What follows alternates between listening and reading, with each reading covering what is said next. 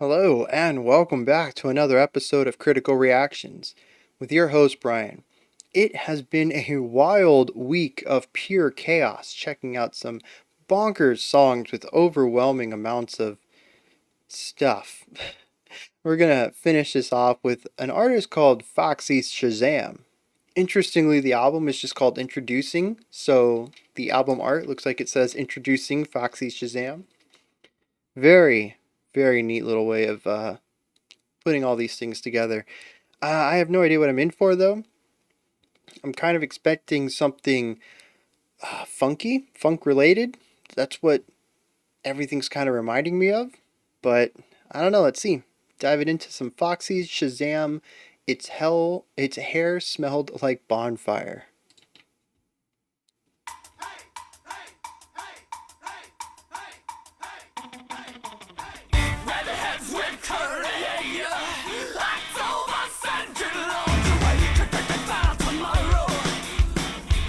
Kind of surf rock, but angsty.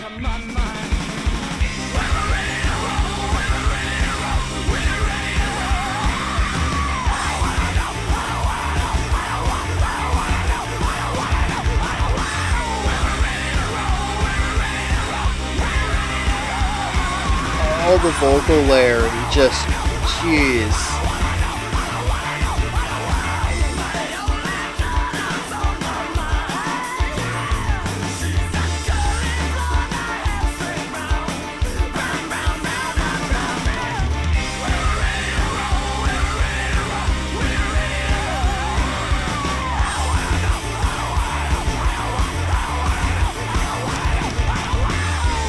Very traditional drum style for surf rock.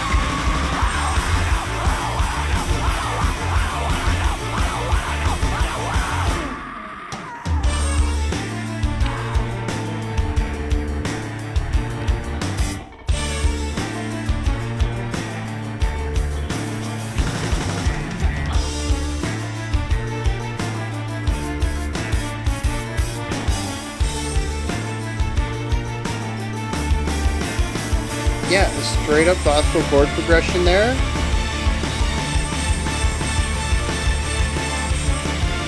Somehow merging it back into their lo-fi rock.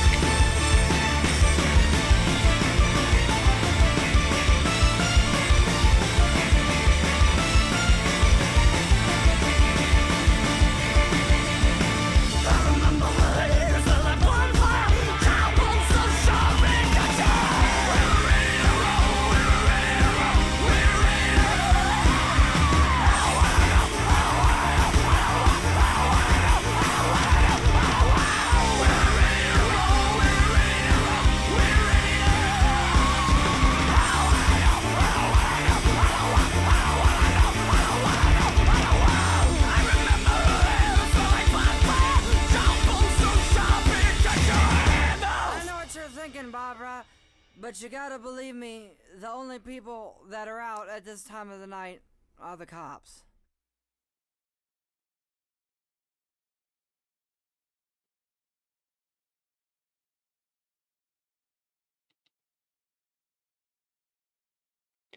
So that was decidedly not funk. Or even funk related. Um...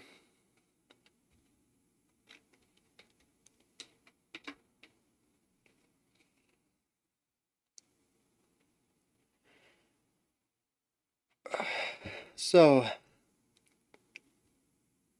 we have a surf rock foundation with hardcore vocals, lo-fi production, and a splash of classical melody writing. And I'm supposed to make sense of this. And the thing is like, if you just kind of exclude all that, and you just kind of think about the song, we have an A B A B C B idea going on. There's some very standard drumming and some very standard guitar and vocals. we're not going to define the vocals. We're just going to say there's vocals. And we have a verse, chorus, and we bring in a bridge, which slightly changes things up, and we exit the song in a chorus. This is not chaos at all. This is by the books rock writing. We have a very standard surf rock guitar bit that's offbeat da-dunt, da-dunt, da-dunt, da-dunt, right? We have these very simple staccato hits with a very chill, relaxed guitar tone. It is very bright and chipper. Not a lot of distortion. It is electric in an element of it, but it's decidedly, like I said, not aggressive in its tone. Our drums are alternating bass kick and snare with every other snare hit is 2/8 notes, right? Very standard surf rock snare work, drum work overall. If you just kind of get rid of the production and the vocals and you look at primarily what the guitar, drums, and bass are doing, the bass is just following along with everyone else. Mostly the bass kick, not necessarily the guitar.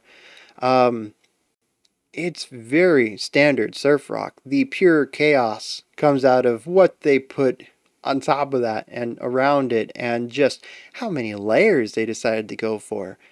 It's really interesting that I can hear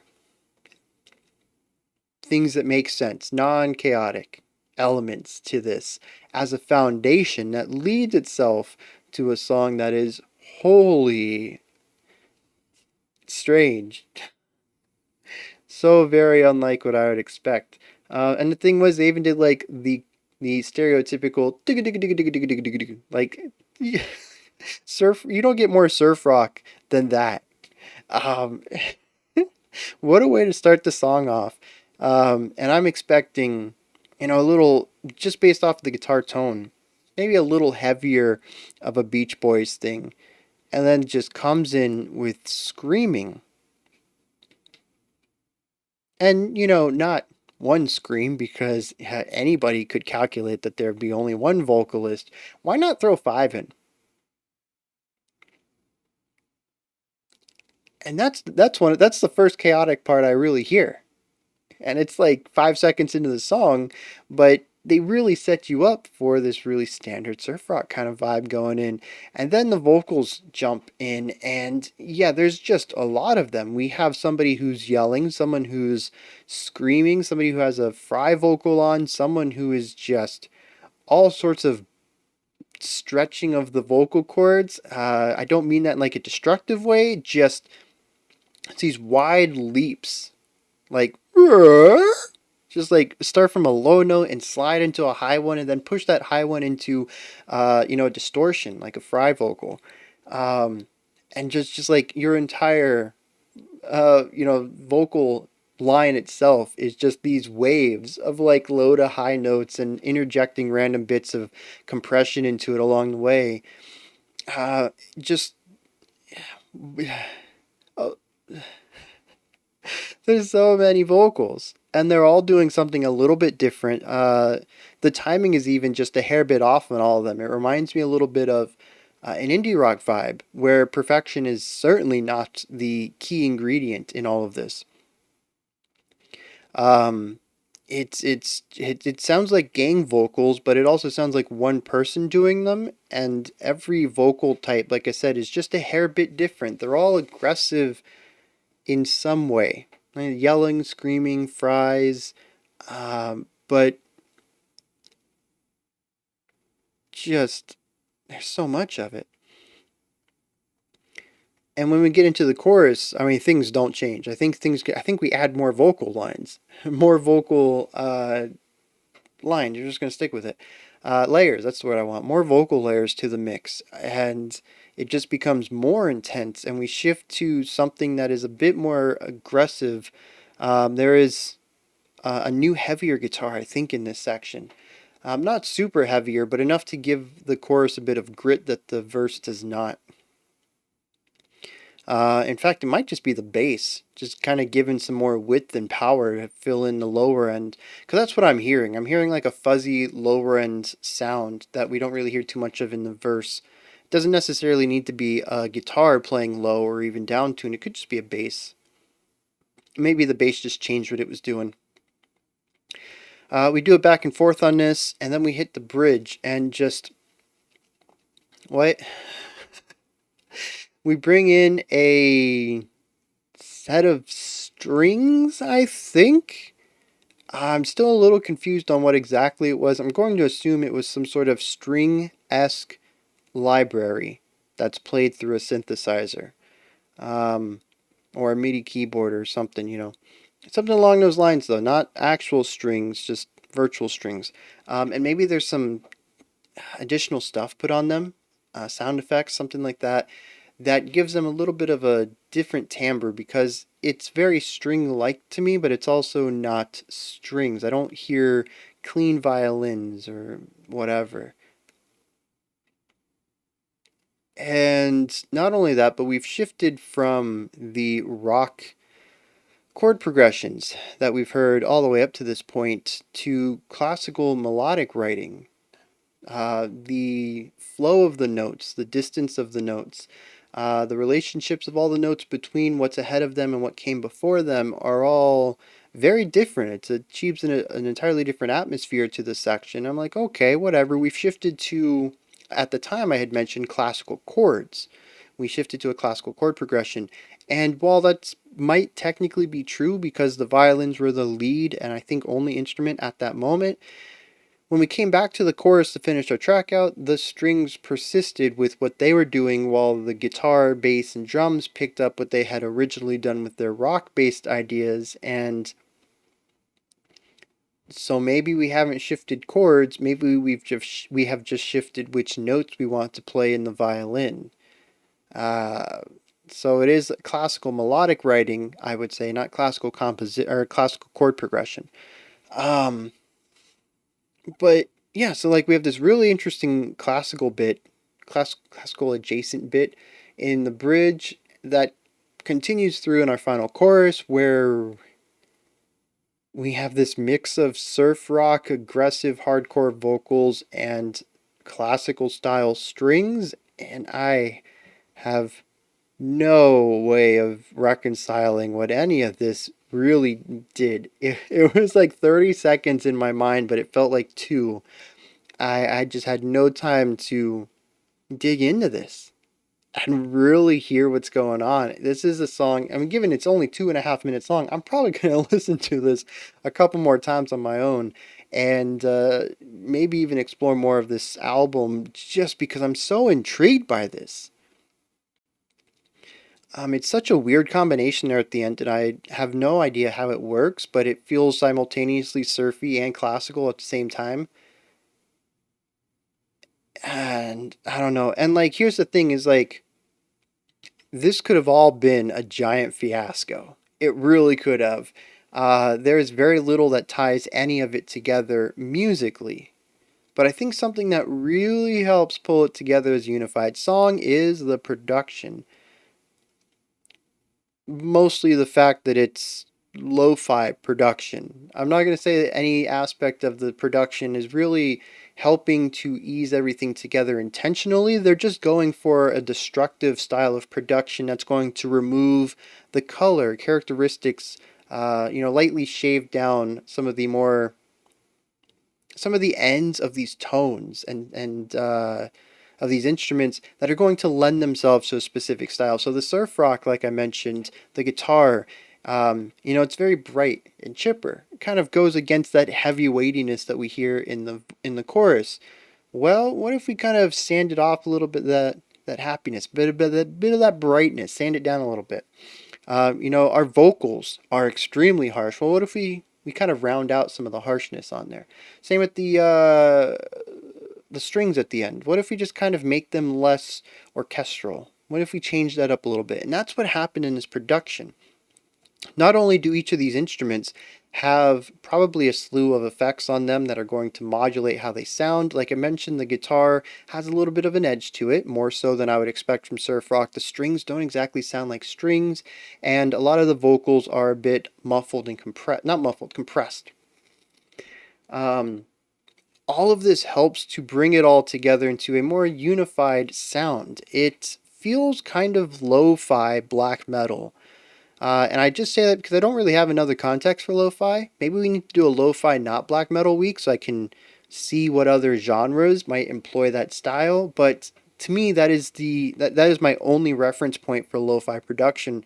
But the idea of kind of compressing everything and muffling it up and kind of disguising some aspects of it to achieve a specific vibe is what's happening here. The vocals are all compressed down a bit. The instrument work feels very claustrophobic, close to me, but also muffled. It's really difficult to make out some of the ideas going on there. And then the strings are so, like I said, they're very divorced from their original timbre. That I get the perception that they're strings. They just don't sound like any natural played strings I know of. So it kind of makes me think that they got a string pack or a violin pack or something and put some effects on it to slightly alter it. And what all this does is allow everything to sort of come together in a realm of oddity, a vague oddity, muffled oddity, where the ideas musically are all very disparate, where they're very different, right?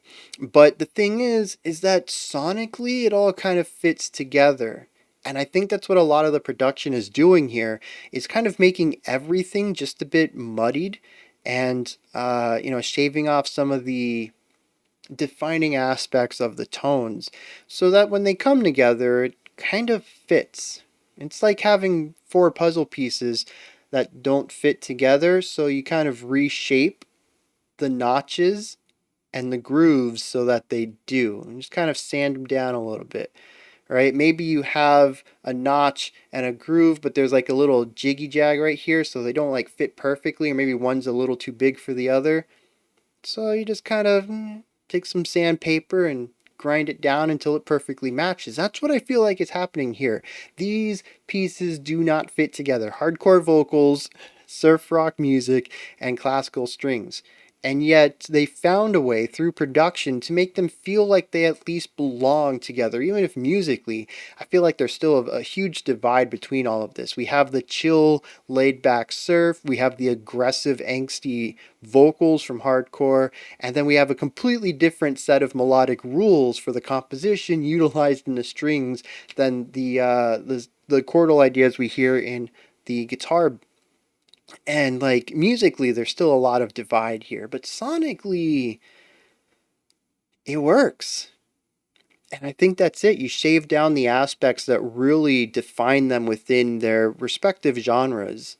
And once you do that, well, now they can kind of fit together. And I mean, I think that's really all I have to say here. It is kind of a bonkers. I mean, it's short. It's a short track, less than 3 minutes, but it is a bonkers trip in such a short amount of time that I really need to listen to it again to dig into anything else. I think I tagged everything though. It's not a super deep song, right? It's not like some of the other stuff we've listened to where it's a lot of ideas or a lot of movement or a lot of instruments or a lot of notes. This is rather simple once we get rid of the wild stuff, right? And a lot of that wild stuff is production. We have all of these vocal layers, we have all of these styles, we have all of these sounds.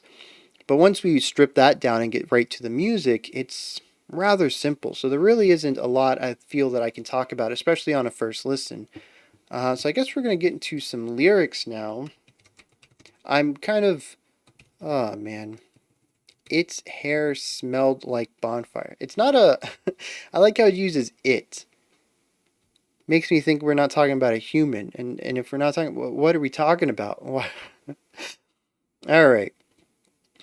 We're the redheads with curly hair, October scented lingerie, today found tomorrow. I'm not kidding you around. I found a way into my mind.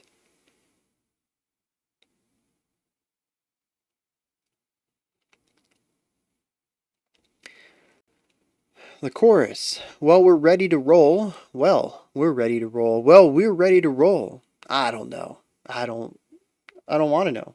I don't want to I don't want to know. I don't want to know. I don't want to know. My only daughter's on my mind. She's got curly blonde hair and I've got straight brown. We're ready to roll and I don't want to know. I remember her hair, it smelled like bonfire. Her jawbone so sharp it would cut your hand off. I know what you're thinking, Barbara, but you gotta believe me, the only other people that are around at this time of the night are the cops. Yeah, I don't know, man. I don't.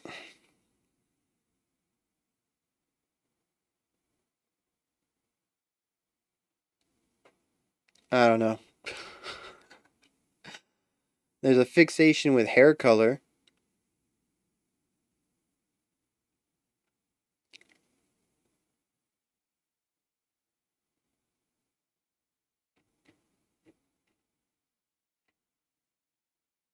I don't know.